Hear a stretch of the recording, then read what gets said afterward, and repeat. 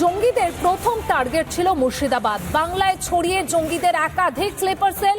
অসম থেকে ধৃত জঙ্গি শাহিনুরকে জেরার পরই একের পর এক বিস্ফোরক তথ্য মিলেছে।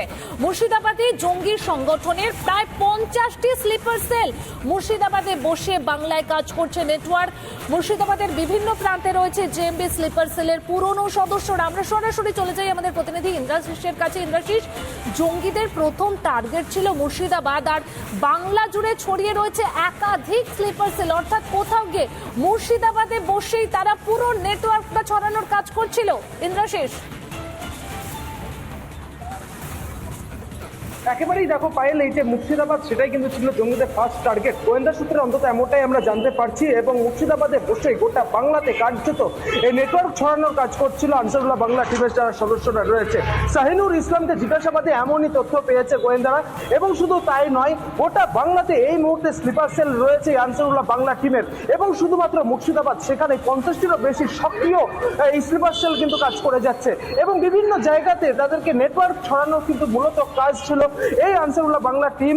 সেই কাজটি কিন্তু একেবারে তারা করেছে, এবং সক্রিয়তার সঙ্গে এই মুহূর্তে কিন্তু সেই নেটওয়ার্ক তারা বিভিন্ন জায়গাতে, শুধু এই মুর্শিদাবাদ নয়, বাংলার বিভিন্ন জায়গাতে কিন্তু ছড়িয়ে রয়েছে আনসারুল্লাহ বাংলা টিমের স্লিপার সেলের সদস্য, এবং সেখান থেকে যাবতীয় তথ্য সংগ্রহ করা, মগজ ধুলাই করা, জিহাদি সংগঠনের সেখানে তাদেরকে নিয়ে যাওয়া, জিহাদি সংগঠনের বার্তা দেওয়া, পাশাপাশি খিলাফত প্রতিষ্ঠার বার্তা দেওয়া, এই সমস্ত যাবতীয় কাজের পাশাপাশি কিন্তু অস্ত্র প্রশিক্ষণ দেওয়া, জঙ্গি প্রশিক্ষণ দেওয়া, এই সমস্ত কাজগুলো কিন্তু চলছে এই মুর্শিদাবাদ জেলার আনাচে কানাচে, বাংলার আনাচে কানাচে। এমনটাই কিন্তু তথ্য এখনো পর্যন্ত উঠে এসেছে গোয়েন্দাদের হাতে।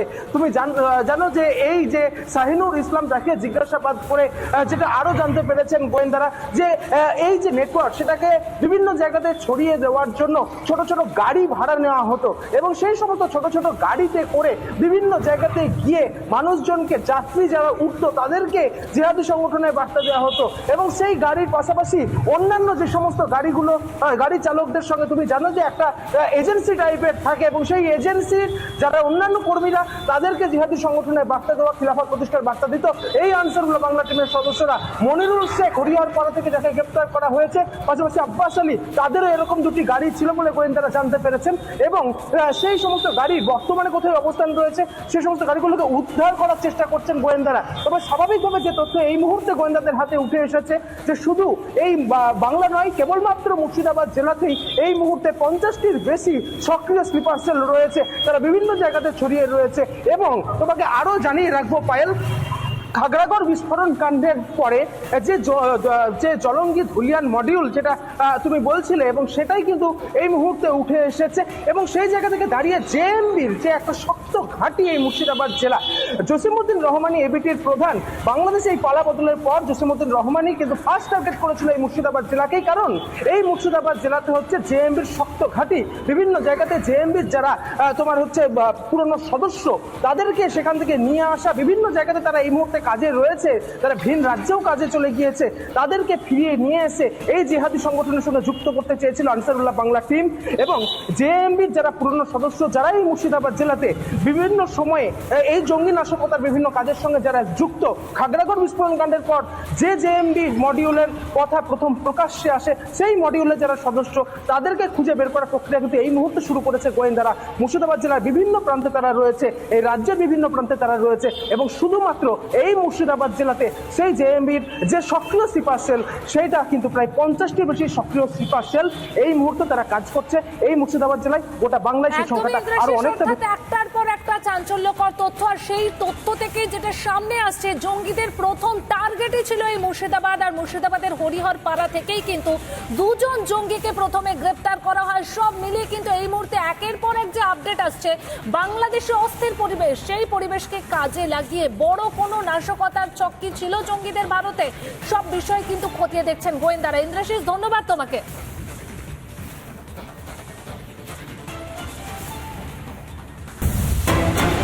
এই মুহূর্তে আরো একটি ব্রেকিং নিউজের দিকে নজর রাখি। মালদার হরিশ্চন্দ্রপুরে বোমাবাজি, গভীর রাতে বোমাবাজি, প্রাক্তন স্ত্রীর বাড়িতে বোমাবাজি, প্রাক্তন স্বামীর। বোমার আঘাতে কেঁপে ওঠে গোটা বাড়ি। বিবাহ বিচ্ছেদের পর থেকেই হালিমা পারভিনকে হুমকি দিত প্রাক্তন স্বামী। অভিযোগ দেওয়া হয় প্রাণে মেরে ফেলারও হুমকি দেওয়া হতো।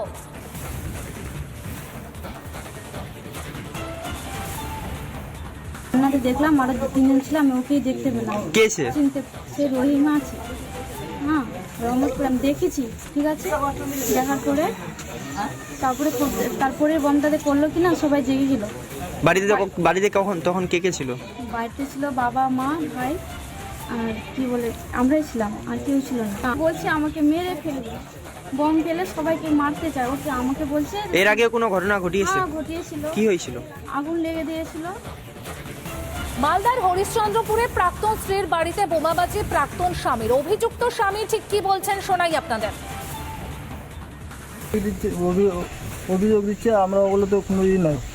ও আমার বিয়ে করেছিলাম ওখানে, ও আমার নিজের মধ্যে ডিভোর্স নিয়ে নিয়েছে। আমি ছেলে মেয়ে গেলে কুড়ে করে আমি থাকছি না, এগুলো মিথ্যা অভিযোগ। আমি তো মেয়ে গেলে ঘুমিয়েছিলাম রাত্রেবেলা, মেয়ে ছেলে গেলে আমরা এখানে থাকছি, আমি কুড়ে করে।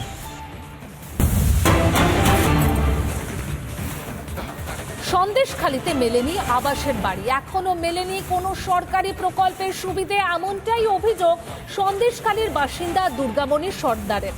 নেতারা আসেন, ছবি তোলেন, কিন্তু মেলেনি কোনো ত্রিপল। দুর্গামণি সর্দারের মেয়ে বিশেষভাবে সক্ষম, তার জন্য কিন্তু কোনো রকম সরকারি পরিষেবা মেলেনি। চোখের জল বাদ মানছে না দুর্গামণি সর্দারের, কারণ কোনো রকম সরকারি সুবিধেই তারা পাননি, বঞ্চিত সমস্ত পরিষেবা থেকে।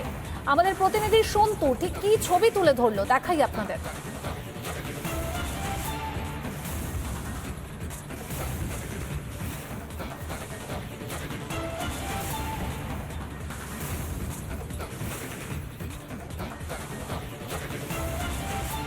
দুর্গামণি দিদি আজকে রাস্তায় দাঁড়িয়ে বলছেন রাস্তা হয়েছে, মুখ্যমন্ত্রী আসছেন, আমরা দেখতে পাচ্ছি ঝাঁ চকচকে রাস্তা, কিন্তু রাস্তার পাশে তার বাড়িটাও ঠিক নেই, সরকারি কোনো প্রকল্পের তিনি সুবিধা পাচ্ছেন না। এবং এই সারিবদ্ধ দিয়ে যে সাধারণ মানুষ দৌড়ে দৌড়ে যাচ্ছেন, এই সাধারণ মানুষ তারা বাইরে থেকে আসছেন, সন্দেশখালীর মানুষও নন, এবং তাদের যে যন্ত্রণার কথা, যে যন্ত্রণা ছিল সেই যন্ত্রণা সেই জায়গাতেই রয়ে গিয়েছে। সন্দেশখালী থেকে ভিডিও জার্নালিস্ট বিশ্বরূপের সঙ্গে সন্তু, রিপাবলিক। সন্দেশখালীতে আজ মুখ্যমন্ত্রী মমতা বন্দ্যোপাধ্যায়, কিন্তু সন্দেশখালীর যে বাস্তব চিত্রটা, সেই ছবিটা কিন্তু এই মুহূর্তে আপনাদের সামনে তুলে ধরছি আমরা। সন্দেশখালীতে আবাসের বাড়ি মেলেনি, সরকারি পরিষেবা মেলেনি, সরকারি যে বিভিন্ন প্রকল্প রয়েছে সেই সমস্ত সুবিধা থেকে বঞ্চনার অভিযোগ কিন্তু সামনে আসছে। এমনটাই অভিযোগ করছেন সন্দেশখালীর বাসিন্দা দুর্গামণি সর্দার। নেতারা আসেন, ছবি তোলেন, কিন্তু কোনোভাবে সরকারি পরিষেবা মেলে না। দুর্গামণি সর্দারের মেয়ে বিশেষভাবে সক্ষম, তার জন্য কিন্তু সরকারি যে সমস্ত পরিষেবা রয়েছে কোনো পরিষেবাই পাওয়া যায়নি, এখনো পর্যন্ত মেলেনি কোনো সরকারি সুবিধে। বেহাল যে ছবিটা, সেই ছবিটা কিন্তু দেখা যাচ্ছে, বাস্তব চিত্রটা একদম সামনে রয়েছে। ভাঙা চোরা একের পর এক মাটির বাড়ি। দুর্গামণি সর্দার তিনি ঠিক কি অভিযোগ করছেন, কি বলছেন শোনাই আপনাদের। ভালো আছো? তা আমার জন্য কি করে যাচ্ছে বলো তো? আমার ঘর দুয়ার হয়নি, কোনো কিছু হয়নি, আমি কোনো টাকা পয়সা পাইনি। তাহলে আমি কিভাবে আমি ভিডিও রাস্তায় বাস করে আছি? তাহলে আমার জন্য কি করছো তোমরা? কি করতেছো? মুখ্যমন্ত্রীকে বলবেন এই কথা? হ্যাঁ তাই বলতেছি, তাই যে দেখো আমি আচ্ছা রাস্তায় বসে আছি, এখনো দেখিয়ে দেবো বাবা। বাড়ি নেই, এখনো বাড়ি নেই। বাড়ি ওইখানে আগে গেলে বাড়ি পাতে, এইখানে তো সুভাষ মাস্টারের ঘরের সামনে। আপনি সরকারি কিছু সুবিধা পাচ্ছেন না? না, কিচ্ছু পাইনি আমি, একটা বলতে কিচ্ছু পাইনি।